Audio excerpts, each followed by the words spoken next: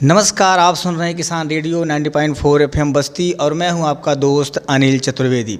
बदलते मौसम में कई प्रकार की समस्याएं उत्पन्न हो जाती हैं, तो आइए ऐसे में हमारे साथ आज मौजूद हैं जिला चिकित्सालय के फिजिशियन जनरल फिजिशियन डॉक्टर अंकित चतुर्वेदी जी।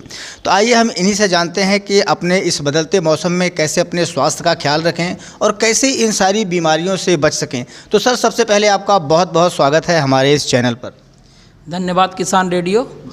हम डॉक्टर अंकित चतुर्वेदी आप सबका हार्दिक अभिनंदन करते हैं कि किसान रेडियो ने हमें सौभाग्य प्राप्त किया कि हम आपको कुछ अपना सुझाव, कीमती सुझाव जो आप लोगों के माध्यम से आपके हित के लिए फ़ायदा हो, हम दे सकें। धन्यवाद। सर, सबसे पहला सवाल अगर हम आपसे करें तो इस बदलते मौसम परिवर्तन का हमारे शरीर पर रोग प्रतिरोधक क्षमता पर क्या प्रभाव पड़ता है और इसे मजबूत बनाए रखने के लिए हम क्या प्रयास कर सकते हैं?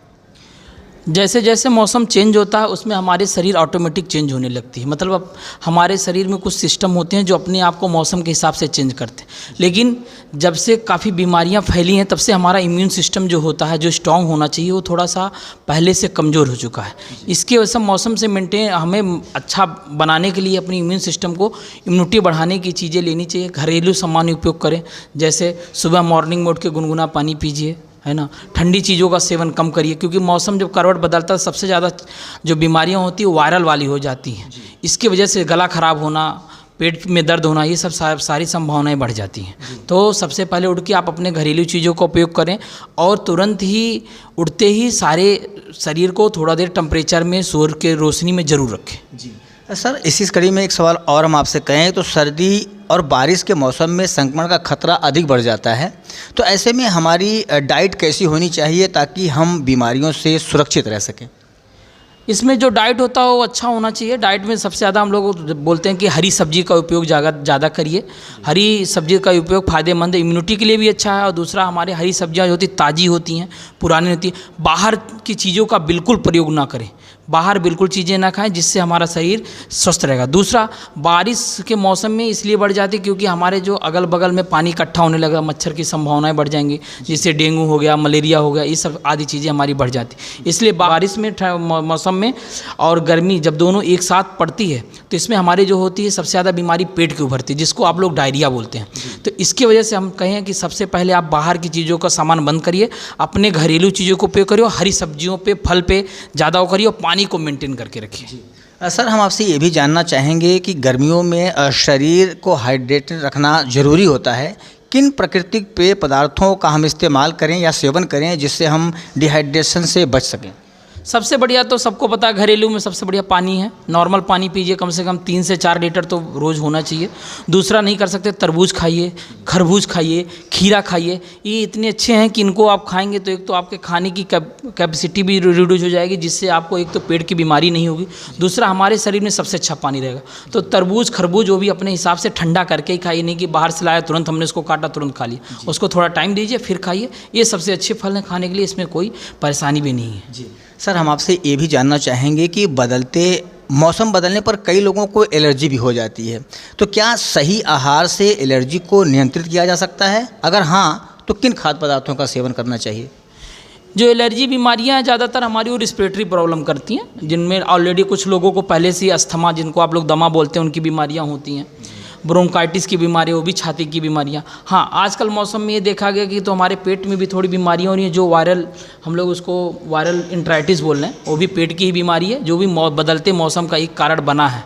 पहले ऐसी बीमारियां कम होती थी, लेकिन अब इधर जब से आफ्टर कोरोना, मतलब कोरोना के बाद ये सारी बीमारियां बढ़ गई हैं। तो इसको ध्यान में रखते हुए कुछ नहीं करना। जो लोग पहले से एलर्जी हैं, अपने एलर्जी की जिन चीज़ों से उनको परहेजी करना वो करें।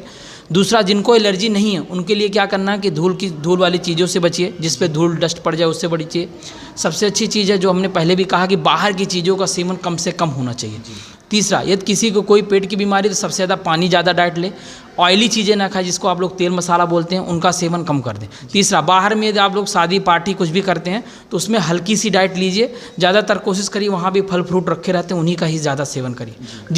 जिस भी चीज़ से आपको एलर्जी हो उसका सेवन बिल्कुल ना करें। कुछ लोगों में ग्लूटन की संभावना होती है, कभी लोग रोटी खाने से भी होती है, तो ऐसे लोग अपना ये जो रोटी वाली चीज़ें होती हैं उनको भी अवॉइड करें। जी सर, हमसे आपसे एक आखिरी सवाल और करना चाहेंगे कि बदलते मौसम में बच्चों और बुजुर्गों की सेहत को कैसे बेहतर रखा जा सकता है? क्या उनके आहार में भी कुछ विशेष पोषक तत्वों को शामिल करना चाहिए?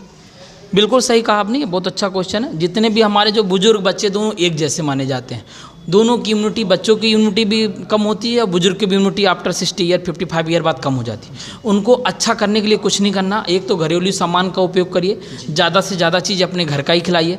पौष्टिक में क्या करना है, दाल में आप मान लीजिए दाल दे रहे हैं बच्चों को, तो दाल का पानी पिलाइए, दाल का पानी पिलाइए अच्छे से।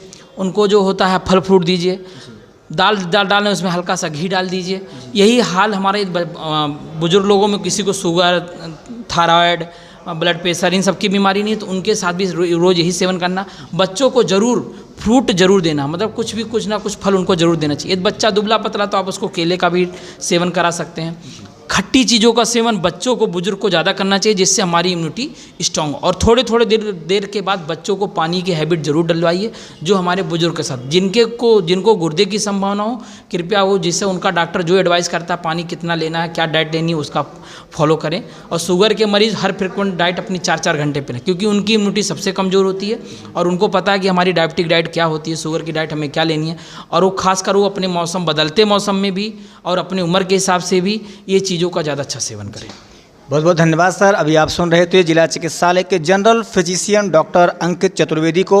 आज हमने जाना सर से कि इस बदलते मौसम में अपने स्वास्थ्य को कैसे रख सकते हैं स्वस्थ, और क्या खान पान शामिल करें जिससे हमारा शरीर फिट रहे। बहुत बहुत धन्यवाद सर, आपने किसान रेडियो को अपना अमूल्य समय दिया।